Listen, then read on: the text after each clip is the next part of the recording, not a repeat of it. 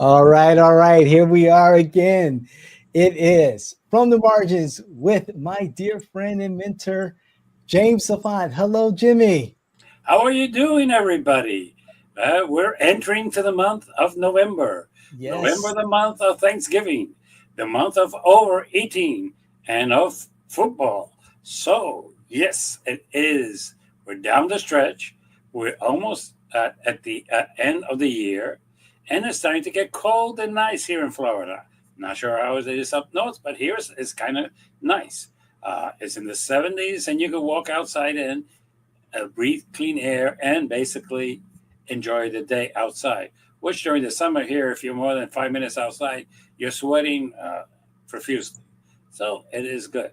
But the bad news is that on November 1st, the federal funds for SNAP, which used to be called the food stamps, for those of you who SNAP used to be called the food stamps, it's a little card that people get if they meet certain criteria, and it helps them to get fed. And for those of you who think that these are lazy people, again, need to stop listening to Fox News and these people. SNAP gives money to seniors who basically they did not work enough to make it alone on Social Security, and really nobody lives off Social Security. That Yeah. was not his intent. It was to help you out, but you were supposed to have your own. And there are a lot of seniors out there who are working because they were not able to save. They were from paycheck to paycheck, like many people today. And there were people who basically uh, were spouses, brought up their kids, stayed-home moms, and their reward for that is that Social Security pays them less because they did not work the full amount of time that other people do, so they depend on SNAP. Then you also have what I would call the disabled. Okay, you have the people who mentally are have serious mental health issues, and you have then also what I would call people who are not capable of making a full living. They work, but their money is not enough to pay, and particularly those families that have 4 and 5 kids that basically, because of simply the amount of kids, qualify for SNAP and for WIC. Now, uh, the philosophy of this country has always been that everybody should carry their weight, and I agree with that philosophy. The only problem is that not everybody can. There is where the difference is. You have uh, people with disabilities who cannot work Yeah. and get a check from SSI for $850 a month. They have to depend on SNAP to feed themselves. They have to depend on Medicare for their health care. Uh, uh, well, they should stop being disabled. That is as stupid as saying I should stop being a human being. You are what you are, and we accept you for what you are. And this is the reality. But SNAP, here is where it becomes interesting. Yes, the government's closed down, but there is really no financial need to stop paying for it. In SNAP's funding, there Okay. is an emergency contingency. It is there. The president's people have put in their website that they're defining that as if there is a hurricane. Well, but in November the 1st, there's no hurricanes that are going to hit us anymore. We're at the end of the hurricane season. So that makes it a kind of. Can there be earthquakes and other disasters? Yes. Yeah. And that's something complete. But right now, I like what the judge said is that she cannot imagine a better reason to use emergency funds than for this emergency. Uh, but it is a game of chicken, and the ones who are paying are us. The Republicans think that if they say we're not going to pay for SNAP, and those states that finance SNAP, we're not going to reimburse them, that the Democrats are going to blink and go along with it. I think the president has realized that they're not blinking, so he ordered today and I say order because the way he said it, it is an order. The U.S. Senate to end the filibuster and to go atomic, nuclear, excuse me, nuclear Right. on it, and go for it. I wish they did, because if they do, in 2 years, when the Democrats take over the Senate, they're going to be able to appoint everybody they want. They're going to be able to do everything they want, and there will not be that frame of the 60 votes. The Republicans won't do it because they don't have the guts to do it, and really they don't have the votes to do it. That's the second thing. They really don't. Uh, Okay. and the Democrats are not going to vote for it, and they do not have the 60 votes to take it down. So it's going to be an interesting thing. But this is what bothers me. We are playing with people's food. You want to play with some other things? I don't have a problem. But both parties, you're playing with people's food. Uh, Food banks could just do so much, and that's a fact of life. But let me clarify something. In Florida alone, 1/18% of the population of Florida, between seniors, disabled, children, Okay. single moms. For those of you like me who were brought up with a single mom who had to have two jobs to put food on the table and still had to depend on help of others, will be without this supplement. If that's something that you enjoy, that is fine. If that's something you agree with because you can eat, and like you could take a Mel Brooks attitude and in the movie History of the World 2, I don't know if you remember that they're in the Senate, they go, fuck the poor. And that's basically what the Republicans are doing in the U.S. Senate, saying, fuck the poor. Uh, Look, this is something serious. It's a critical moment. How long is this going to go on? Is going to be a good question. This who is the king of the MAGA people has said he's going to try to find some funds to maintain SNAP open, and that's a Republican governor. Uh, Look, it is something that the federal government does not understand. The second portion of SNAP that most people do not understand. If you think that this is done to help the poor, you don't understand politics. It really is not meant to help the poor. Do you know who this is meant to help? Who's that, Jimmy? The rich. Okay, you can say, whoa, whoa, whoa. The farmers, who basically, those days of the Mr. Farmer with his family, no, no, no. Now we have mega farm corporations that are working the farms in this country. Then the supermarkets, because with this SNAP products, they walk into the supermarket and they buy. Yes. And this benefits the person in the supermarket because he has more sales.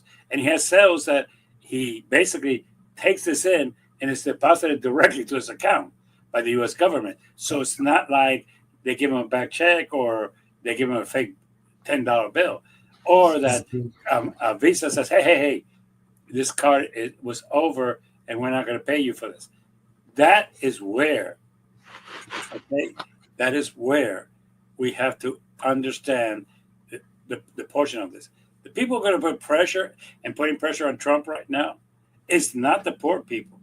It is his people, the rich, uh, uh, Publix, AMP, Kroger, and I could keep going on, that sell to these people, and the big pharma groups like Tyson and all those others that sell the products that they made sure qualify for SNAP. You cannot buy toilet paper with SNAP, but you can buy Tyson chicken bites.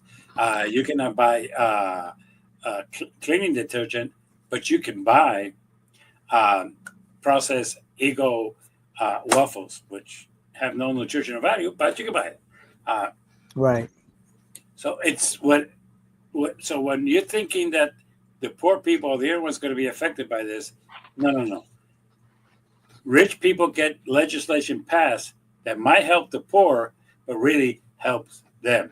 And this is the prime example. The farmers depend on this, and so the supermarkets. And for Right. that matter, even Cisco. And if you're wondering what is Cisco, it's the largest distribution of food company in the United States. They Right. distribute food to restaurants, but to supermarkets and if to everybody. So yeah, as a matter of fact, it's kind of interesting because they distribute what you would call meat. And by the way, your president has agreed that we could bring frozen meat from Argentina to eat in this country because we don't have enough cattle. Yes, that's right. And the last part of we don't have enough cattle, before you start putting your comments, am I being sarcastic? Yes, I am. Okay, we do have enough cattle. Okay, but yes, it is going to be an interesting reaction. But And Jimmy, how did we get here? We're 30 days. Senator Thune has not agreed to end the filibuster. So we're still at a stalemate. But how did we get to the point where we are at this stalemate in regards to the continuing resolution? well, it's a two part. One, I would say, is mutual stubbornness. Okay, give you Okay. one example. Mike Johnson refuses to open the House with the excuse that the Democrats have to accept the continuing resolution, or otherwise he's not going to open the House. In other words, he's trying to force their hand, and they're saying, no, but I'm not going to allow you to force my hand, so that's it. Truth of the matter is, like I always say, there's a distraction. The reality is simply, basically, he doesn't want to open the House because if he opens the House, he has to swear in Garjales. If he swears in Garjales, she's going to sign the Epstein thing, and if she signs the Epstein thing, the thing is going to pass through the House, and then, unfortunately, uh, Trump is going to be angry because his name is going to be in the mud. Uh, they don't want that to happen. So basically, at this point, it's a stubbornness on both parts. Now, the Democrats will tell you with certain degree of validity that it is because this is the only resource they have. The truth of the matter is that basically they would be better off saying the truth. Look, we're trying to force the Republicans' hand to say we're not going to wait until December about these things with health insurance because basically the prices have come up for 2026, and what they're saying is effective January when you renew, these are the prices. And if we don't do something now, next year people are going to be paying through the nose and through the eye. As a matter of fact, it's gotten so bad. Florida, here, our state, there used to be 16 companies that did Plan D. It's down to 9. Why? Basically, you could talk to all of them, and they're going to tell you the same thing.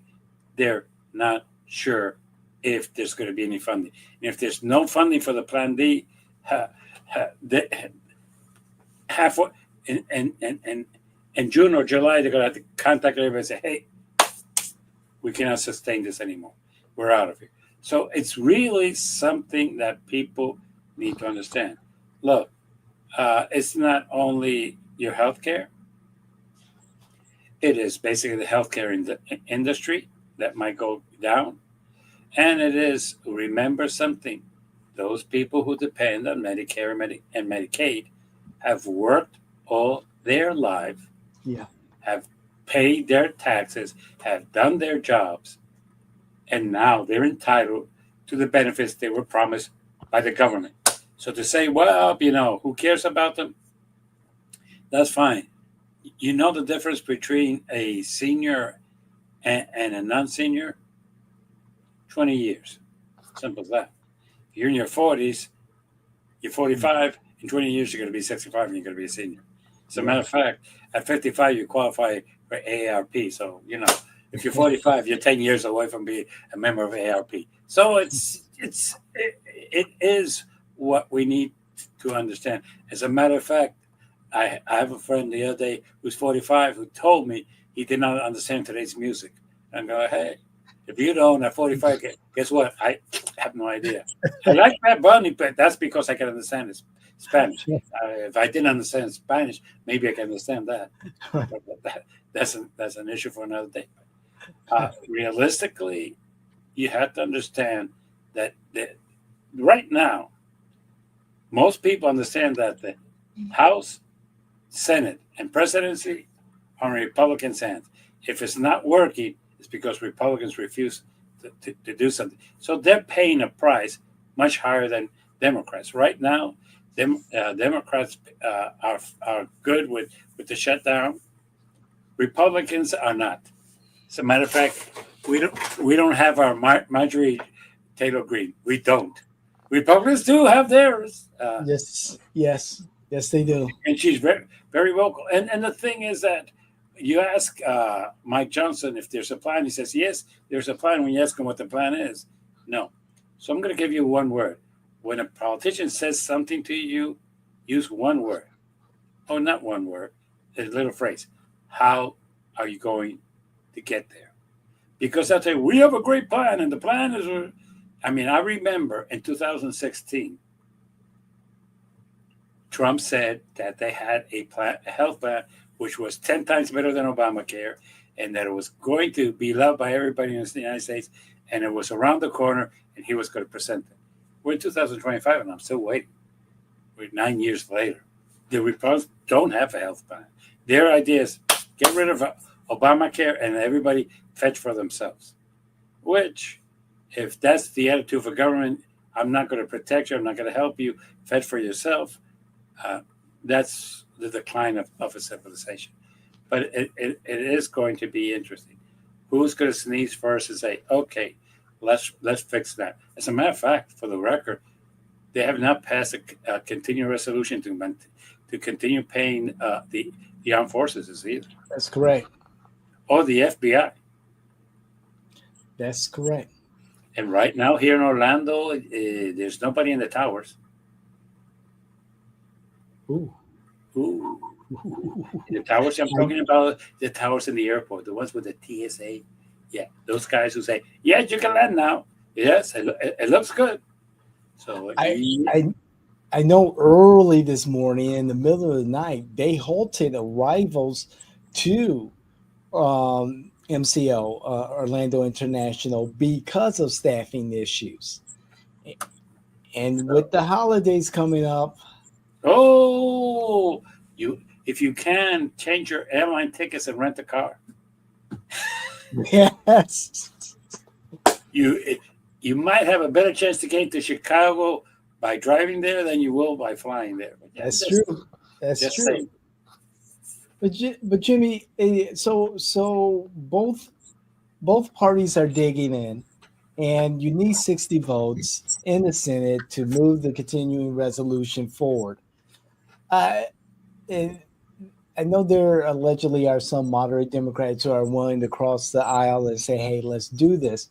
However, um, we still have a health care issue that will present itself at the beginning of the new year in regards to Obamacare, the Affordable Care Act, and premiums likely to go up significantly, not in 1,000%, but significant where it's going to give some people second thought about signing on to Obamacare come tomorrow, November 1st. That's when the it's open enrollment. How do we, regardless of what type of agreement there's going to be, how how can the Democrats get what they need for the Obama subsidies, Obamacare subsidies, and still move forward with funding the government? Oh, that's a simple one. Come up with a Okay. plan. Say, okay, we're going to fund the Obamacare at $382 billion from the year 2026 all the way to 2030. Here's the money. And by the way, we just added to the continuing resolution, and it's passed. The problem that we have that we don't want to say is that today is the 31st of October. Happy Halloween to all of you. Happy Halloween. And but you are 60 days away of the subsidies running out. Uh, if there's no subsidies for 2026, it's not like, well, I'm not going to buy Obamacare. I'm going to buy something else. There is nothing else for you. Uh, if you're buying Obamacare, your employer is not providing you insurance. Okay, you are self-employed, like you and me. There Right. is no employer's subsidy. Okay, Right. uh, you are working in with and for you're out of work right now, and you're under the age of 26, and you live with your parents, which that doesn't happen in the United States. We know that doesn't happen. We know it does, and we we are on the subsidy of Obamacare. Uh, People who are looking into Obamacare is because they don't have options. Okay, Obamacare gives them options of you go with Blue Cross Blue Shield, you would go with Right. Humana, you go with United. Yeah, those options they have, but it's not like they could go to their employer. It's not like they could go to somebody else. As a matter of fact, those of you who love Dan Newland, if he got you 40 for $500,000, that money is supposed to be for your recovery and to be used for medical bills. That's And right. basically, that's going to happen because if like it or not, no car insurance pays past more than $100,000 in medical bills. Most of them don't, and if your bills are 2 million, the rest comes out of your pocket because your health insurance doesn't pay for it either. Mm. So you know. Uh, but let's say your health insurance drops you because now you're a liability. You have to go back to Obamacare. So Yeah. the truth is, people are looking to Obamacare. It's not like they have options. Oh, let me see if Obamacare is cheaper than my employer. Normally, they don't do that. That's not it. You?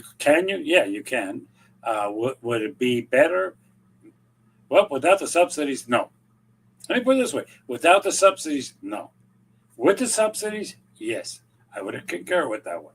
But at this point, you are telling the people in this country that you claim have the best hospitals and the best doctors that they're not going to have access to them because you don't want to pay for it. You want to take that money and give it into tax breaks to the rich because the rich put money in your pocket and you are corrupt like most politicians. You take money from the rich to screw the poor. So yes, but it's very simple. Here's money for 5 years. Okay, like the last time. And yes, we'll sign the continuing resolution. Right. And but it's, let me say this, politics 101. Here's something for you. Here's something for me. Yeah. Yeah, everybody's happy.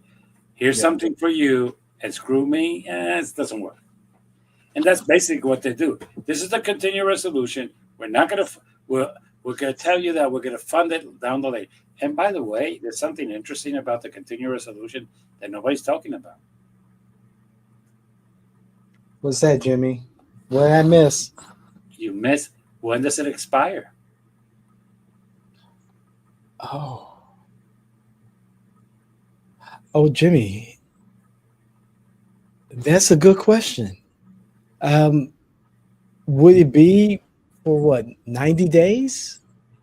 It was originally for 90 days. You're correct. Okay. Expires in this month of November. So if they approve it tomorrow, they're screwed because We're right it back only where we lasts for started. 14 or 15 days, and that's it. So what the Democrats have to do is wait out another 14 or 15 days. It's expired, and they say, well, you have a continuing resolution. Yeah, but it expired already. We can't vote on it. It's no longer good. House go back and negotiate another one and include in there the health care, and we're all happy, and we all could go home for Christmas. That's crazy. It was not for 6 or 8 months. I think Right. I'm almost certain it expires this month. If you want to look it up, look it up. But yeah, And this is the frustration that people have with government, that they don't deliver. And when they No, they don't. do, there's always strings attached. And if they deliver, you question who does it benefit. Okay, right now, yeah, there's subsidies for Obamacare. I agree. Does the public benefit from that? Yeah, they do. I'm not going to say they don't. Do the health industry benefit from it? Yeah, because it has more clients Right. and it has more sales. So, yes, instead of now insuring 6 million people, they're insuring 12 million people. Yeah, that's so. Legislation to pass that has to benefit the rich and has to benefit the poor. Normally, that is the way it works in this country. For some reason, people think that the benefits do. An example. Let me get to what I call the great Republican lie. The Democrats want to pass these bills because they want to continue benefiting uh, illegal immigrants. Okay, two parts. Republicans are all about state rights. There are, I think, 3 states that will allow workers in their states that are registered to get Medicaid. Comes out of state funds, for the record, and some Right. of it are matched with federal funds. I agree. Okay, that's all about the states. Just like there's a bunch of states that forbidden abortion, that's the right of the state to do so. Or in like our case in the state of Florida, where they forbid you from reading the history of Roberto Clemente in school because he complained about the discrimination against him as a Right. black man. Okay, uh, that is the rights of the states. The other one is a little bit more controversial. Is what I call the Republican hypocrisy. Well, what do I mean by that? This is the Republican hypocrisy. If you go to the emergency room in this country and you have no health insurance, they must take care of you. That is federal That's right. law. Right. Okay? That is federal law, and they will use Medicaid funds to reimburse you. Okay, according to Evan Health and Randall uh, Health, who operate two largest hospitals here, they have about 14 to 15% yearly, what I like to call the tourist factor. And they Oh, have yeah. insurance here. Right. They come from maybe England, Europe, Japan, South America, Central America, Brazil. Africa, Asia, whatever. They come here to see Disney, and they get sick. They get in a car accident. Right. They have food poisoning, whatever. Okay. They end up in the hospital. They do not have local insurance. Correct. Okay. They do not have local insurance. So, under the Medicaid, they have to be treated, but Medicare reimburses it. So, when we tend to think that, yes, there are people who are receiving these benefits who are not U.S. citizens, it's not always what I call illegals. Sometimes it is people here who are on a tourist visa in Disney, going out, got into a car accident, they ended up in the hospital, they got sick, they ended up in the hospital, they had a heart attack, they ended up in the hospital, and guess what? They don't have our health insurance. Yes, they're not U.S. citizens, but they're here legally, invited by the great Disney, Universal, and Legoland people to come here. Yes, those people are being financed by us. They are. Okay. Okay, no question. But Republicans have never tried to do anything about it because they don't want to piss off the hospitals. They need the hospitals for their contributions. So, yes. Is it true? Yes. Is it stretching the truth? Yeah. Are they all here illegally? No. Some of Hmm. them are very legal here. And the interesting thing is that they tend to look at last names. The other day, it was interesting because somebody from Evan Hill was going, well, how can you tell me that Mr. Johnson doesn't have insurance? Well, Mr. Johnson's from England. He does have England health insurance, Right. That's universal, true. National but health. they don't pay over here. So that's a fact of life. They don't. But oh, Mr. Johnson's from England. They assume that Johnson is an American. And Mr. Gutierrez, I'm sorry, he is a he he, he is not an American. Right. As a matter of fact, I heard the other day again that Bad Bunny is not an American. Yeah, okay, Jeez. okay. So hey, Puerto Rico. or my all-time favorite. This is once I want to say this in fairness to everybody. Somebody told me I can't understand what he's saying. He said, "Welcome to my world." I don't understand half of the rappers myself either. I don't either. Not of this I day and age. don't I don't get it. I don't get it.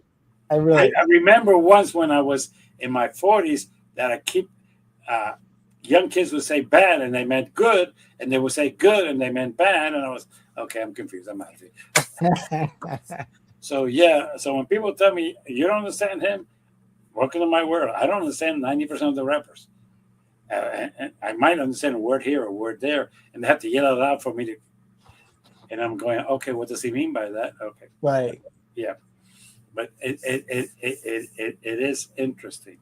Or my all time favorite, uh, Snoopy was with Fluffy. I don't know if you know Snoop Dogg, Yes. and Fluffy, Gabriel Iglesias, the comedian. They're sitting down, and Snoopy and him and his podcast are smoking some nice weed,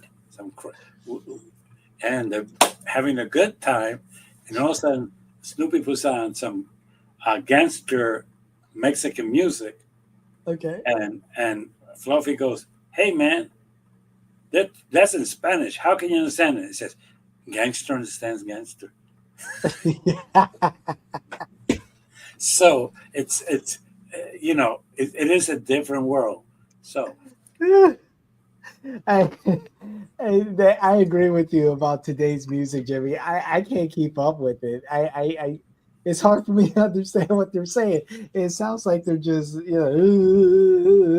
I have the mumbling. benefit. I understand Bad Bunny perfectly. His Spanish, I understand that. I understand where he's coming from, and Right. I understand that a lot of people in Puerto Rico in the United States are afraid because he is not pro statehood. He isn't. Right. Okay. He's, he's not even pro Commonwealth. So there's only a So third option. So you know which one that is. independence. Okay. Yes. So And that I understand that they're concerned about, but no. So here in the state of Florida, we we have an interesting situation. okay. We have one person running for uh, attorney general out of South Florida, Oh, okay. Let's check that out. Mr. Rodriguez. Oh, yes, that's right. That's right. Former Senate candidate, former senator from South Florida. Yes, state senator. We have a school teacher running for the Senate against Mooney, Okay. and Yes. we don't have anybody for CFO or agriculture that I know of yet. Yes, we do. We do have someone for Commissioner of Agriculture, and Who? that is Chase Andy Anderson Romag- Romagnato. Romagnato is his name. That's a long name. Out of Pensacola. Chase Anderson Romagnato. Okay, so we do have somebody final. Okay, but we still don't have anybody for CFO. And for CFO, sir, no one. As a matter of fact, Jimmy, we have all Republicans and one MPA For CFO? for CFO. That's correct. Okay, that's interesting. And for governor, we have one former Republican running as a Democrat. And there is, let's see, there are some Democrats. Richard Paul Dembinski is one. Another is David Jolly, which we're aware of, the party favorite. Donald Peterson, Bill Slater, and of course, the rumors may become a reality next week, and that would be Orange County Mayor Jerry Demings filing for governor. Ah, well, why would you call it a rumor? The thing is that he's not made it official, but those of us who have been talked to in the last 2 weeks know that it's a matter of time. Yes. Like my grandmother used to say, it's not a matter of if, it's a matter of when. Uh, if it's going to happen, no, it's going to happen. When? That's a good question. Yeah. And that will be an interesting campaign because he's not one of Nikki Farr's favorite persons. Right. And again, and we talked about this, Jimmy. I mean, I think it's a little bit too late. The party has already fallen in line with David Jolly. Um, and then for a statewide race, sure, Mayor Demings has been on the front pages of the newspaper here in Orlando. We know how many times. But as far as name recognition, that could be attributed to his wife. Will he ride some of her coattails? Sure, sure. But at the same time, I just, is this a prelude to something else? Sure, maybe. But as governor, I just think it's a little bit too late. It might be too late for the party, but I'm going to say this to my party. You need to stop running former Republicans and make them your candidate. You did it twice with Charlie Crist and you got nowhere. You Jesus. could get behind Jolly as much as you want and you'd get nowhere. You could do whatever you want to do about this, but you need to get your shit together. You have Mhm. candidates who are former senator for to run as attorney general against a corrupt, appointed, not elected, appointed politician, which should make your life much easier. The same with the Right. CFO. Okay, uh, that is going to be a matter. The other thing that right now is going to create a problem in the Florida Democratic Party is as follows. Do you really, Florida Democratic Party, I'm going to ask you a question and I'm not going to give the answer, but I'm going to ask you the question.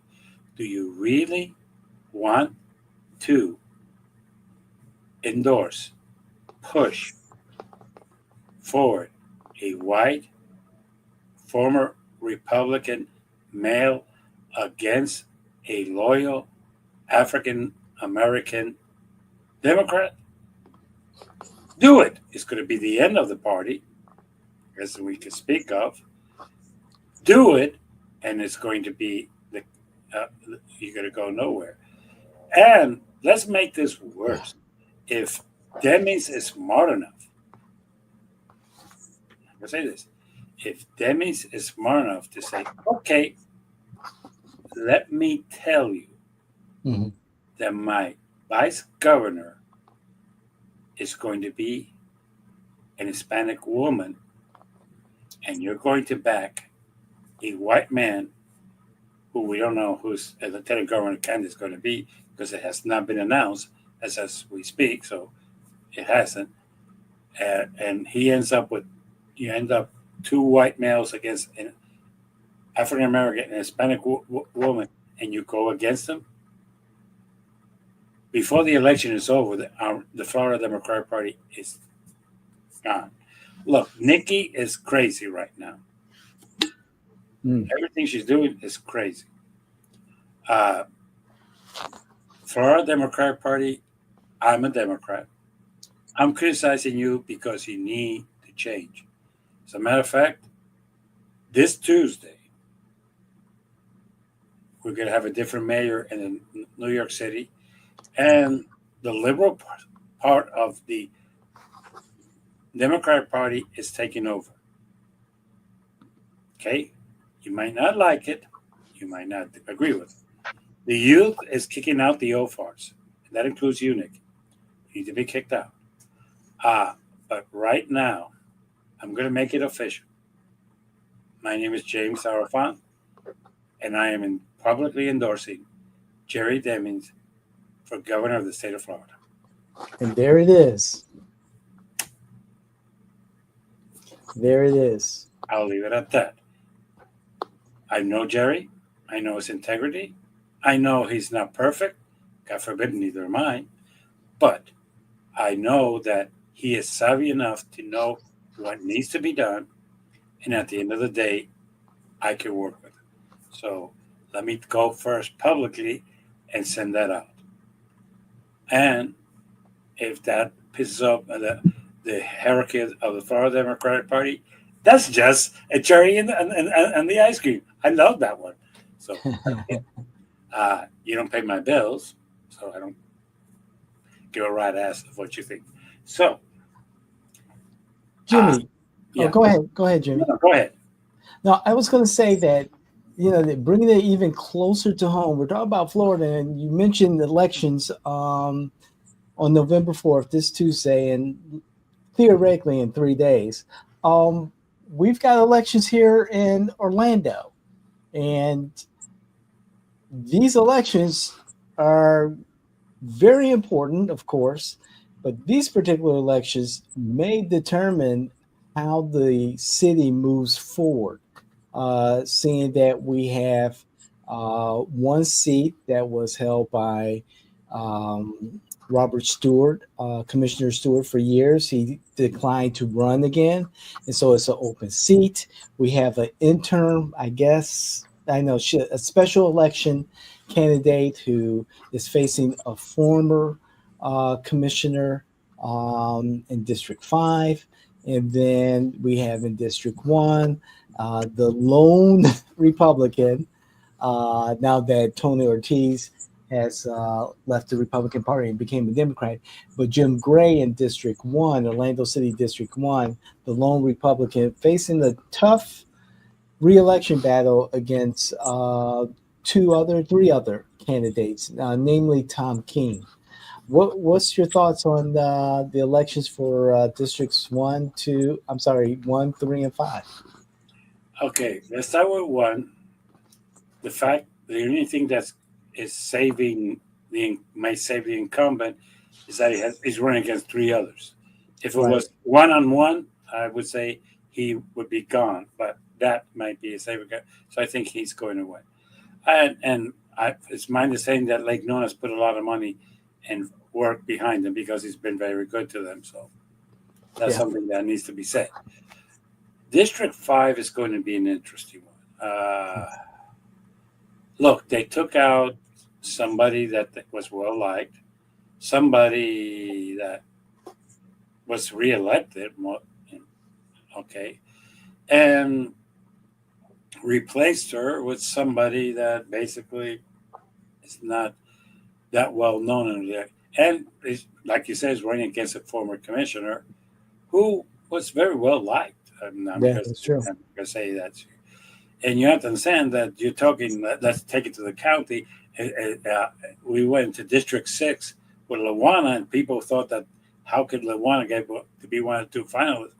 There is a culture in District 5 that you're one of us. And I'm not sure if the people in District 5 see their incumbent commissioner as one of them. And I'm going to call it that way. And that concerns me because if they don't see it as one of them, she's out. That's a very good point, Jimmy. A very good point. I've heard that recently, and I think you summarized it perfectly. You're not one of us. Look, it's kind of interesting because I've been doing this for some years, and it always surprises me what I call the ignorance of all Hispanics don't look or think alike. Yeah. All African Americans don't look or think alike. Right. There is a distinction between Hispanics and African Americans that I've always made, and people don't understand this too well. When you talk to District 5, an educated African American is not what they're looking for. Yeah. That's not what they call one of their own. Okay? Yes, sir. And in an Hispanic community, an educated person is what they want representing them because they want somebody who can make them look good because of the discrimination that they suffer for years. Right. That's the distinction. But in District 5, it's always fascinated me because when the last commissioner was elected, people told me what, and they kept telling me when I went out there, she's one of us. Okay. That is where it ended up. So I'm not, from what I'm hearing, I don't think that the current person is coming back. I might be wrong, but I don't think. Now, in District 3, it's even more interesting because Yeah. realistically, I can predict that it's the incumbent. Oh, wait a minute, there is no incumbent. Yes. That Yeah. makes it kind of up in the air. Uh, Right. People keep telling me that one has a head in front of the other.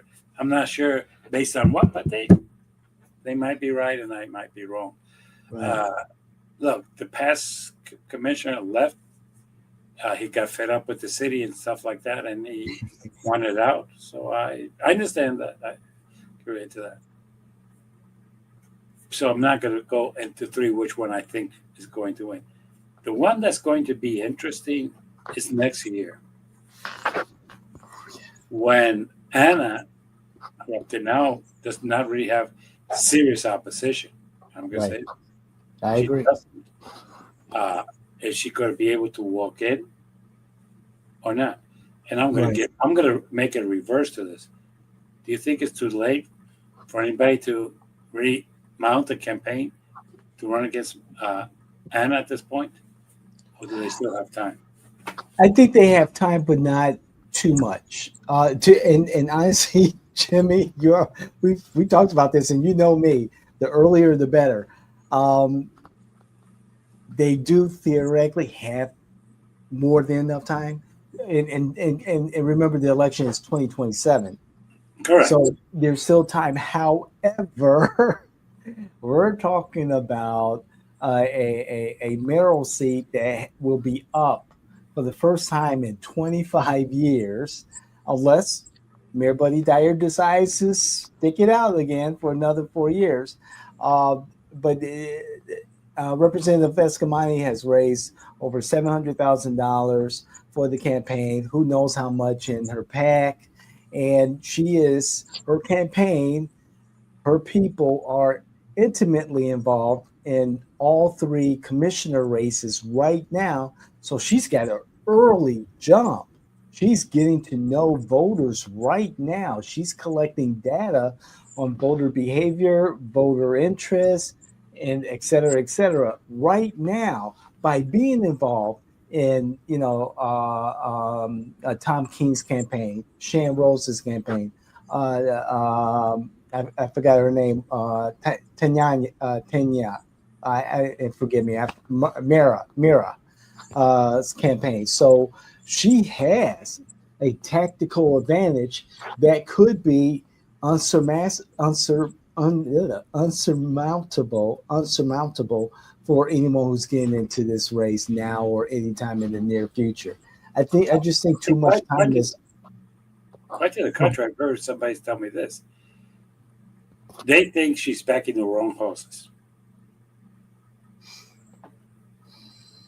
Okay. Okay, sure. Okay, okay. And five, there's a distinct thing that they think the, the incumbent is not going to win, and they're backing the incumbent. Right, right. And that might backfire. Okay. And then if, let's say, if they lose in three, because I have them more or less, uh, and remembering that the election of these commissioners is by 400 or 500 people. It's not like it's That's thousands. right. That's Okay. right.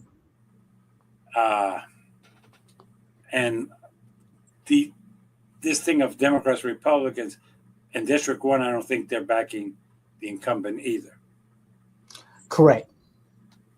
So if by any miracle the three candidates that they are try to get in indoors. If two of them lose, other people might see that as making her vulnerable. That's the only concern I've had of this political. Oh, look, if she wins all three, you're right. She's solid. But if she loses two, which there is a good chance she's going to, then the question is going to come: is this going to show strength, or is this going to show weakness?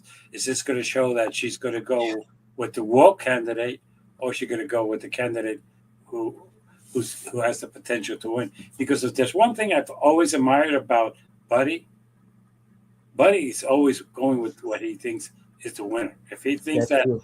that guy's going to win, he's with him. If you know, but yeah, and this is interesting. Up to now, that I know of, Anna has not endorsed anybody for any county race. That's correct, sir. That is correct. I've been watching that. I think that her team's gamble on the three commissioners is a good gamble this early because again, it will be 2 years until the election for Orlando mayor. So voters have very short memories, and even us politicals, we have short memories too. And yes, right now it's only 6%. Excuse me, 6% turnout at this moment, so that's less than 6,000 people. Um, the information is valuable that hopefully they're collecting on these voters. I whether the candidates that she support, if all three of them win, or if all three of them lose, a tactical advantage and a strategic advantage in collecting early information about what voters want or don't want in their city government. You got a And point, and I hope you're right. So let's go to a new section I'm going to invent, which is this week the corruption of the week. here we go. New segment, corruption of the week. Yes, I'm gonna have to Okay, write that down. now, as you all know, and you've heard, like I like to say, the half of the story, so let me give you the whole truth. All right. Our president, Donald J. Corrupt Trump, pardoned Chow Ping Sao. Now, you're going to say, well, who cares? Well, let's start. Easy. This guy's Chinese. Okay, if you Uh-huh. didn't pick it up from his name, he's Chinese. Why was he in jail? What crime did he commit? Well, that's the interesting thing. He committed wiretapping fraud. He committed money laundering fraud and others, and he is the king of what you would call bitcoins or cyber uh, Currency. currency. You could call whichever way you want. His company and his people, while he was in jail earlier Binance. this year, set up what you know as the Trump Bitcoin or the Trump cyber economy with Literally. $1.5 million, and today it's supposedly worth close to $2 billion. Now, Mm. people do not buy these coins to send them home to say, "Oh look, I have a little Bitcoin, and this little Bitcoin is what." No, that's not the way it works. They don't exist. Okay, they call them that to give them a name. Uh, what are they used for? For corrupt people.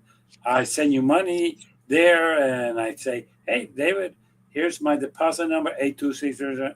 Oh yeah, I see it here. Yeah, that's my 2.5 billion. Okay, thank you. So all the corrupt money that Donald Trump and his family has been receiving was through this person. Now the agreement was that once this was done and everything, the president would pardon this person. Now, up to now, He's pardoning people for political reasons, because they're good Republicans, because they are good Americans, and because their charges were wrong. Okay, supposedly. Why would he pardon a Chinese national who has screwed this country left and right, who was proven before a jury of 12 people of your own peers, Republicans and Democrats, that he had committed serious crimes? A judge, after hearing all the evidence, sentenced him to a long term in jail like he deserved. Why was he pardoned? It was a deal. You helped me set this up, and I will pardon you. What redeeming value did they get? Did the White House give us? I mean, that's an interesting thing.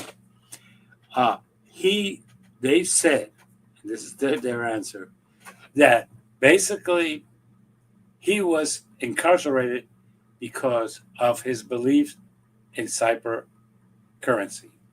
No, he was proven to steal from the people, just like the young man that is in jail because he took the money from the site and put it in his pockets.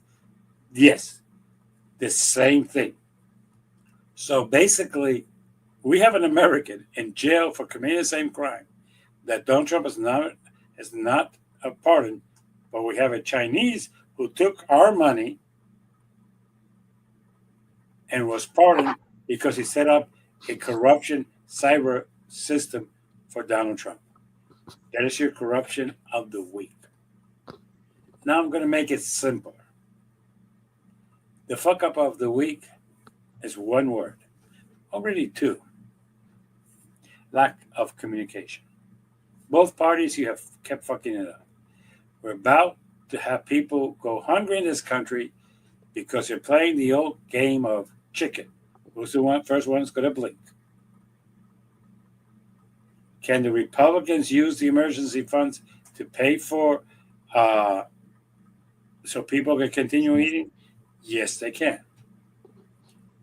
Is their interpretation that this is not an emergency? That is wrong. I understand. But right now,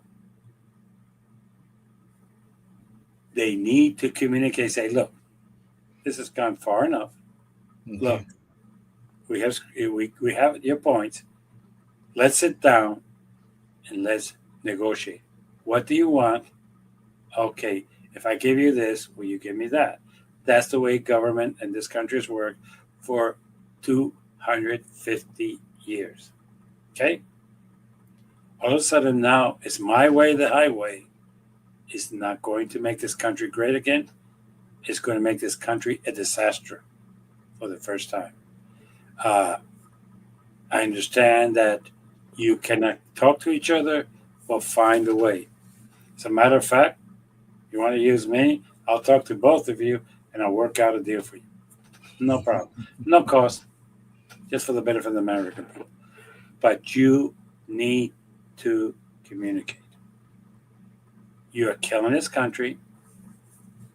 It's no longer the greatest country in the world, and it's not on the route to become a great country again.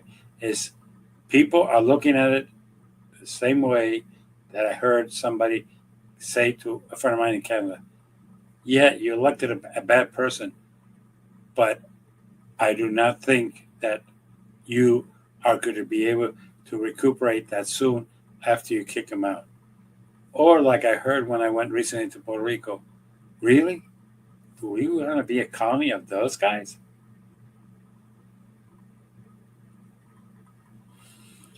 With that, both parties, you share the fuck up of the week because you cannot communicate. Either side. I'm not going to try to say that one is better than the other. You are both equally irresponsible. Sit down and talk it out. Mike Johnson, open the house. Let's discuss alternatives. But having your people in their home states and not sitting down discussing is not going to work. Chuck, sit down with the people in the Senate and say, hey, if you give me this, I'll vote for a continuing resolution until June of next year and work it out. But you're not talking to each other. Chuck, talking to the people over there. Mike Johnson, you don't even have your people here to sit down in the house and discuss anything. You need to sit down and discuss it. And if Epstein comes out, hey, I would love to see those files. I would love to see how involved Donald Trump was with that sexual pervert. But that's a story for another day. So, with that, let's hit that button. Like, dislike, I don't care. Hit the other button, subscribe. That one I really like. Okay? The other thing I would like you to do is comment. If you have something that you think I was wrong, let me know. If you think I was right, let me know. But let's talk. And with that in mind, remember, the public employees are not your enemy. The parties are not your enemy. The corrupt politicians that you have elected, those are your enemies. I'll see you all next week. Take care. All right, Jimmy. Happy Halloween. Enjoy the weekend. Yes, you too. All right. Take care. Bye.